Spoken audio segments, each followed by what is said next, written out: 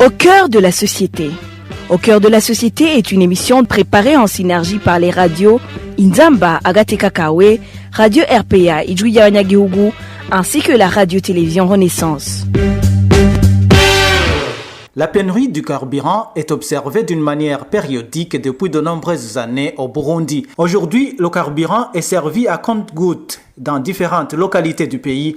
Le marché noir, lui, le vend à un prix exorbitant. Certains analystes estiment que l'une des solutions est de laisser passer le carburant importé par la voie maritime. Le mini-magazine au cœur de la société de ce 13 novembre 2021 vous est présenté par Emile Nivasumba.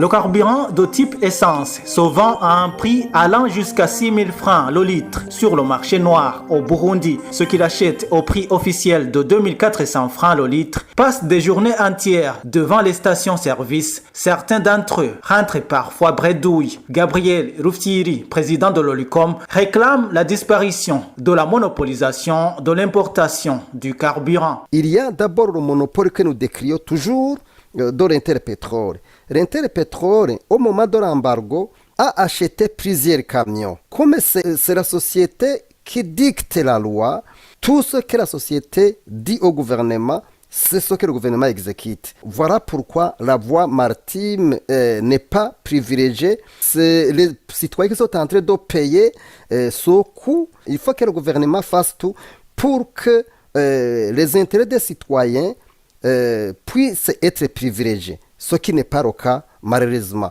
Avant, l'Olicom faisait partie de la commission qui était chargée de donner des conseils pour avoir une structure qui met en avant les intérêts des citoyens.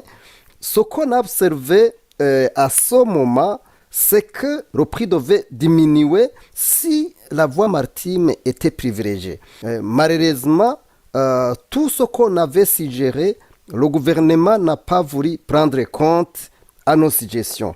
Il privilégiait seulement les intérêts des opérateurs économiques sans vraiment se soucier des intérêts des citoyens lambda.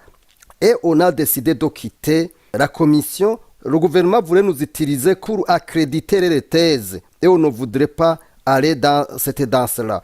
Interpétrole, c'est l'entreprise qui importe la plupart du carburant utilisé au Burundi. Parmi d'autres entreprises qui importent le carburant figurent Mogas, Yakem Oil Company, YOC en sigle, Burundi Petroleum Product, BUP en sigle, et Delta. Selon Gabriel Rufyiri, si le carburant passait par le lac Tanganyika, il y aurait un léger mieux pour la population. Il faut savoir que la structure du prix du carburant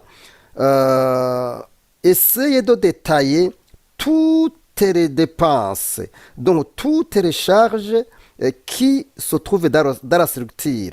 Le coût de transport est estimé par litre. On montre exactement le coût de transport quand on amène le carburant par voie routière, c'est-à-dire le corridor nord. Et en même temps, on montre le coût du carburant quand c'est la voie maritime et la voie du sud qui est utilisée.